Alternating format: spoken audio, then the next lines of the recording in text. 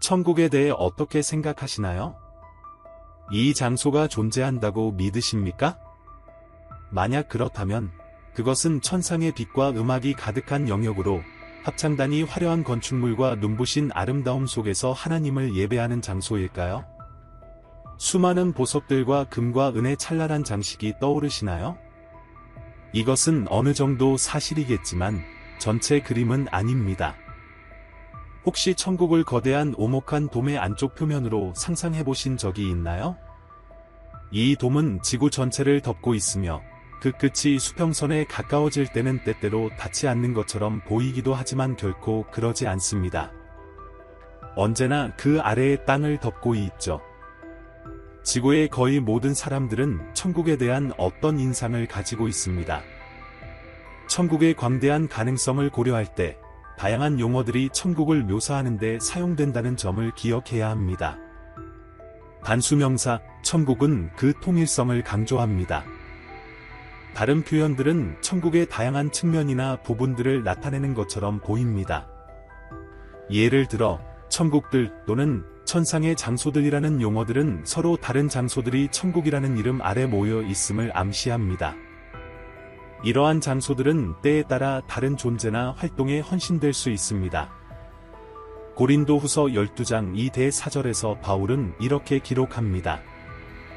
내가 그리스도 안에 있는 한 사람을 아노니 그는 14년 전에 셋째 하늘에 이끌려간 자라. 몸 안에 있었는지 몸 밖에 있었는지 나는 알지 못하나 하나님은 아시느니라. 내가 아는 이 사람이 낙원에 이끌려가서 사람으로서는 말할 수 없는 말을 들었는데 그것은 사람이 이르지 못할 말이니라. 이 구절은 총 3개의 하늘이 존재하며 하나가 다른 하나의 위에 겹쳐 있음을 나타냅니다. 가장 높은 하늘은 바울이 셋째 하늘로 묘사한 곳으로 낙원과 하나님에 거쳐 우주에서 가장 거룩한 장소입니다. 이와 같은 구절들은 천국과 연관된 개념을 우리에게 제공합니다. 그것은 순결함 또는 성스러움입니다. 그곳에서 말해지는 언어는 너무 거룩하여 외부에서 반복될 수 없습니다. 낙원, 패러다이스은 하나님의 정원을 의미하는 그리스어입니다. 낙원은 진정으로 회개하고 신앙의 삶을 견디며 살아온 모든 죄인들의 궁극적인 목적지입니다. 십자가에서 예수님은 회개한 강도에게 그날 낙원에서 함께할 것이라고 약속하셨습니다. 예수께서 이르시되 내가 진실로 내게 이르노니 오늘 내가 나와 함께 낙원에 있으리라 하시니라. 누가복음 23시 43분. 지구의 거의 모든 사람들은 천국에 대한 어떤 인상을 가지고 있습니다. 요한계시록에서는 하늘의 중간 또는 하늘의 절반이라고 불리는 지역을 소개합니다. 제가 아는 이 지역은 다양한 종류의 존재들이 오가는 거대한 장소로 묘사됩니다. 다음 구절들은 하늘의 중간에서 강력한 존재들이 선포하는 모습을 설명합니다. 내가 보니 독수리가 하늘의 중간에서 날아가며 큰 소리로 이르되 땅에 거하는 자들에게 화가 있으리니 이는 새 천사가 불려고 하는 나팔 소리 때문이다 하더라. 요한계시록 8시 13분. 또 다른 천사가 하늘의 중간에서 날아가며 땅에 거하는 자들 곧 모든 나라와 족속과 방언과 백성에게 전할 영원한 복음을 가졌더라. 요한계시록 14:6. 또 내가 보니 한 천사가 해 가운데에 서서 큰 소리로 외쳐 하늘의 중간을 날아가는 모든 새들에게 이르되 와서 하나님의 큰 잔치에 모이라. 요한계시록 19시 17분. 하늘의 중간을 의미하는 그리스어 단어는 메수라네마, 미저레이너머로 정확히 하늘의 중간을 뜻합니다. 이것은 두 번째 하늘일 수 있습니다. 마지막으로 우리의 자연스러운 시각으로 볼 수 있는 하늘은 첫 번째 하늘로 가정할 수 있습니다. 지구에 사는 모든 사람들은 이 첫 번째 하늘을 어느 정도 알고 있습니다. 그렇다면 하늘의 주민들은 어떤 존재들일까요? 가장 흔히 불리는 이름은 천사입니다. 천사, 에인젤라는 단어는 그리스어 명사 앙겔로스, 엔젤로즈에서 유래했으며 이는 메신저, 전령라는 의미를 갖습니다. 따라서 천사들은 하늘에서 온 메신저로 여겨집니다. 그러나 모든 천사들이 메신저 역할만 하는 것은 아닙니다. 그들은 다양한 임무를 수행하며 어떤 임무를 맡든지 간에 하나님의 목적에 따라 파견됩니다. 하지만 성경은 사탄의 목적에 따라 보내진 악한 천사들도 존재한다고 알려줍니다. 때때로 하나님의 천사들과 사탄의 천사들 사이에 대립과 충돌이 있을 수 있습니다. 이러한 충돌 중 일부는 특히 다니엘서에 묘사되어 있습니다. 이로 인해 오늘날 우리가 알고 있는 세상이 실제로는 갈등의 무대라는 사실과 직면하게 됩니다. 이 갈등은 지구에만 국한되지 않으며 천국에서도 중요한 역할을 하고 있습니다. 하나님이 보내신 천사들은 세 가지 주요 임무를 가지고 있습니다. 첫 번째로, 앞서 언급했듯이 그들은 하나님의 메신저입니다. 두 번째로, 그들은 위험에 처한 사람들을 보호하는 임무를 맡습니다. 흔히 이들을 수호천사라고 부릅니다. 마태복음 18장 10절에서는 이렇게 말합니다. 삼가 이 작은 자들 중 하나라도 업신여기지 말라. 너희에게 말하노니 그들의 천사들이 하늘에서 항상 내 아버지의 얼굴을 뵈느니라. 이 구절에서 예수님은 아이들이 하늘에서 아버지의 얼굴을 항상 보는 천사들을 가지고 있다고 말씀하십니다. 이는 아버지의 예리한 시선이 이러한 천사들에게 연약한 아이들을 돌보도록 지시하고 있음을 암시합니다. 세 번째 범주에는 다른 천사들과 싸우는 전사 천사들이 있습니다. 많은 기독교인들은 천국이 평화롭고 조화로운 곳이며 우아함과 예배가 끊이지 않는 곳으로 믿습니다. 이는 셋째 하늘에서는 사실일 수 있지만 첫째와 둘째 하늘에는 적용되지 않습니다. 성경의 일부 구절들은 둘째 하늘에서 벌어지는 상황이 다르다는 것을 보여줍니다. 앞서 언급했듯이 둘째 하늘은 대립하는 천사들 사이의 큰 충돌의 배경이 되기도 합니다. 일부는 하나님을 섬기고 다른 일부는 사탄을 섬깁니다. 이 갈등은 주로 천상 영역에서 발생합니다. 또한 사탄은 이곳에서 지구의 그리스도인들에게 비방과 고발의 홍수를 쏟아붓습니다. 요한계시록 12장 10절에서는 이렇게 말합니다. 또 내가 들으니 하늘에 큰 음성이 있어 이르되 이제 우리 하나님의 구원과 능력과 나라와 그의 그리스도의 권세가 이루어졌으니 이는 우리 형제들을 참소하던 자가 쫓겨났기 때문이다. 그가 우리 하나님 앞에서 밤낮 참소하던 자라. 여기서 천사는 사탄을 형제들을 참소하는 자라고 묘사하며 그가 밤낮으로 하나님의 백성을 참소한다고 말합니다. 이 구절은 사탄이 결국 하늘에서 쫓겨날 것을 예언하지만 그 일이 일어나기 전까지는 그가 여전히 하늘 어딘가에 머물며 하나님의 백성을 향한 악의적인 참소로 공기를 가득 채운다고 밝힙니다. 다음 구절은 사탄이 마침내 하늘에서 쫓겨나 지구로 내려올 때 지구의 주민들에게 무엇이 기다리고 있는지를 경고합니다. 그러므로 하늘과 그 가운데 거하는 자들은 즐거워하라.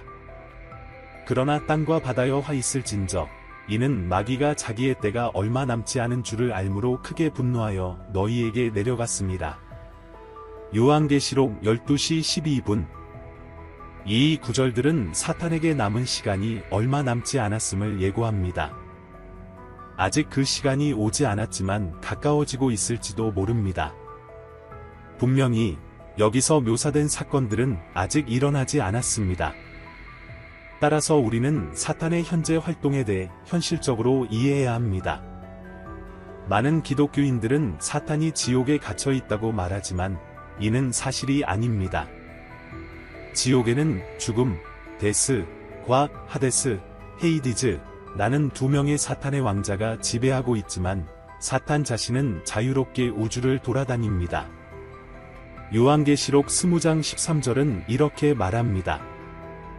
바다도 그 안에 있는 죽은 자들을 내주고 죽음과 하데스도 그들 안에 있는 죽은 자들을 내주니 각 사람이 자기의 행위대로 심판을 받더라. 이는 욥기 1장 6대 7절에서도 분명히 설명됩니다. 하나님의 아들들이 여호와 앞에 나아가 섰고 사탄도 그들 가운데에 온지라. 여호와께서 사탄에게 이르시되 내가 어디서 왔느냐? 사탄이 여호와께 대답하여 이르되 땅을 두루 돌아 여기저기 다녀왔나이다. 많은 기독교인들이 사탄이 지옥에 갇혀 있다고 말하지만 이는 사실이 아닙니다. 지구와 천국의 가장 큰 차이점은 이 세상은 죄로 인해 타락했지만 천국은 그렇지 않다는 점입니다. 인간의 죄가 지구를 물들이고 있지만 하나님의 영광은 천국을 완전하게 만듭니다. 천국의 영광이신 하나님은 지구를 창조하시고 그것을 인류에게 맡겨 돌보고 누리게 하셨습니다. 그러나 아담과 하와는 하나님의 지침을 따르지 않고 사탄의 말을 듣기로 선택했습니다. 그들의 불순종, 즉 하나님에 대한 반역은 하나님과의 교제를 단절시켰습니다. 한 사람의 불순종으로 인해 많은 사람이 죄인이 되었느니라. 로마서 5시 19분. 그 결과 죄라는 병은 모든 세대에 걸쳐 전해져 내려왔습니다. 성경은 이렇게 말합니다. 하나님이 보시니 땅이 부패하였으니 이는 모든 육체가 땅에서 그들의 길을 부패하게 하였음이니라. 창세기 6시 12분. 이사야 24장 5대 6절은 이렇게 말합니다. 땅이 그 주민 아래서 더럽혀졌으니 이는 그들이 율법을 범하고 규례를 어기며 영원한 언약을 깨뜨렸음이라. 죄로 오염된 땅은 고통스러워합니다. 마치 쇠약하게 만드는 병처럼 죄는 접하는 모든 것을 왜곡하고 황폐하게 만듭니다. 죄는 부패와 분열을 일으키지만 천국은 하나님의 영광을 선포합니다. 시편 19장 1절은 이렇게 말합니다. 하늘이 하나님의 영광을 선포하고 이사야 66장 1절은 말합니다. 하늘은 나의 보좌여. 절대적으로 거룩하시고 죄가 없으신 하나님은 죄를 용납하실 수 없으며 죄를 심판 없이 보실 수 없습니다. 성경은 하나님에 대해 이렇게 말합니다. 주께서는 눈이 정결하심으로 악을 보지 못하며 불의를 참아보지 못하시거늘. 하박국 1시 13분. 하지만 하나님의 사랑은 너무나 크고 강력하여 죄의 저주, 즉 우리의 마음을 더럽히고 세상을 부패시키는 죄책감을 제거할 길을 마련하셨습니다. 하나님은 그리스도의 피를 통해 십자가에서 죄를 못 박으셨으며 우리를 죄의 형벌로부터 구속하셨습니다. 그분은 우리가 받아야 할 심판을 대신 짊어지시고 우리를 하나님 아버지 앞에 흠없는 자로 내어 놓으셨습니다.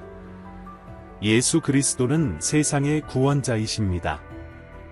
왜냐하면 그분만이 천국과 지구 사이의 단절을 이어줄 수 있기 때문입니다. 성경은 이렇게 말합니다. 한 사람의 불순종으로 많은 사람이 죄인이 되었느니라. 로마서 5시 19분. 우리는 인정하기 어렵지만 우리는 태어날 때부터 죄인이며 선택과 행동으로 죄를 짓는 존재입니다. 그러나 기쁜 소식은 하나님께서 은혜로 우리를 구원하실 길을 마련하셨다는 것입니다. 에베소서 2장 8대 9절은 이렇게 말합니다. 너희는 그 은혜에 의하여 믿음으로 말미암아 구원을 받았으니 이것은 너희에게서 난 것이 아니요 하나님의 선물이라. 행위에서 난 것이 아니니 이는 누구든지 자랑하지 못하게 함이라. 천국과 지구의 차이점은 예수 그리스도께서 천국의 영광을 떠나 죄로 가득 찬 이 땅에 오신 이유에 있습니다. 그분의 오심은 우리의 영원한 구원을 가능하게 하기 위함이었으며 이것이 하나님과 천국, 그리고 우리에게 있어서 중요한 차이를 만듭니다. 우리는 천국에서 많은 영광스러운 광경을 보게 될 것입니다. 그러나 그중 가장 강력한 것은 영광 중에 계신 세상의 구주이신 예수 그리스도를 보는 것입니다. 너희 눈이 왕의 아름다움을 볼 것이요 광활한 땅을 보리라. 이사야 33, 17. 예수님께서는 요한에게 천국의 장막을 열어 보여주셨고 본 것을 기록하게 하셨습니다. 내가 보니 어린 양이 계셨고 하늘과 땅 아래와 바다에 있는 모든 피조물이 소리내어 이르기를 보좌에 앉으신 이와 어린 양에게 찬송과 존귀와 영광과 권능을 세세토록 돌릴지어다. 요한계시록 5, 6. 우리 인간은 천국에 대한 상상을 펼치고 싶어 하지만 하나님께서는 우리에게 천국의 영원한 거처에 대해 단편적인 모습만을 보여주십니다. 인간의 언어로는 그러한 장엄함을 묘사하기에 부족합니다. 이 세상의 재물의 화려함은 천국의 빛 아래에서 빛을 잃게 될 것입니다. 요한은 이를 비유로 표현할 수밖에 없었습니다. 그 성의 빛은 지극히 귀한 보석 같고 벽옥과 수정같이 맑더라. 그 성의 큰 길은 맑은 유리 같은 정금이더라. 요한계시록 21시 21분. 이 땅에서는 길이 자갈로 덮이고 창문은 유리로 만들어지지만 요한은 정금으로 된 투명한 길을 기록했습니다. 천국에서는 모든 것이 새롭게 됩니다. 우리에게는 미래의 단편적인 모습만이 주어집니다. 우리는 천국의 영광을 이해하기 위해 하늘의 변화를 필요로 할 것입니다. 이 세상의 탁한 것들은 영원 속에서 투명해질 것입니다. 지금은 하나님만이 그것들을 아십니다. 기다림 속에서 인내를 연습하며 천국의 영광에 대한 생각으로 마음을 채우십시오. 그것은 눈이 열리는 그날까지 우리를 지탱해 줄 것입니다. 베드로는 천국에 소망을 둔 사람들에게 말합니다. 우리 주 예수 그리스도의 영원한 나라에 넉넉히 들어감을 받으리라. 베드로후서 1시 11분. 주님께서 팔을 벌려 그분의 백성을 맞이하실 때 아버지께 이렇게 말씀하실 것입니다. 아버지께서 내게 주신 영광을 내가 그들에게 주어 우리를 하나 되게 하려 함이니이다. 요한복음 17시 22분. 우리는 그분의 손에 박힌 못자국을 보고 그 발 앞에 엎드려 기쁨의 눈물로 그분의 이름을 찬양하게 될 것입니다. 이것이 우리가 천국에서 보게 될 광경입니다. 기도합시다. 사랑하는 하늘 아버지, 우리 주 예수 그리스도의 강력한 이름으로 간구합니다. 우리 안에 성령님의 충만함을 깨워 주시옵소서. 성령님과의 관계를 발전시키고 그분의 능력 안에서 살아가며 성령의 은사를 사용할 수 있도록 도와주시옵소서. 예수님께서는 우리에게 약속하셨습니다. 주님께서 말씀하시기를 보혜사 곧 아버지께서 내 이름으로 보내실 성령께서 너희에게 모든 것을 가르치시고 내가 너희에게 말한 모든 것을 생각나게 하시리라. 요한복음 14시 26분. 모든 것을 이해하지 못해도 괜찮다는 것을 깨닫게 도와주시옵소서. 성령님께서는 모든 것을 알고 계시기 때문입니다. 우리에게 성령님과 그분의 이해를 부어 주시옵소서. 밤의 어둠을 뚫고 떠오르는 태양처럼 하나님의 빛으로 저에게 명료함을 주시옵소서. 하늘 아버지, 저에게 마음의 평안을 주시고 불안한 마음을 진정시켜 주시옵소서.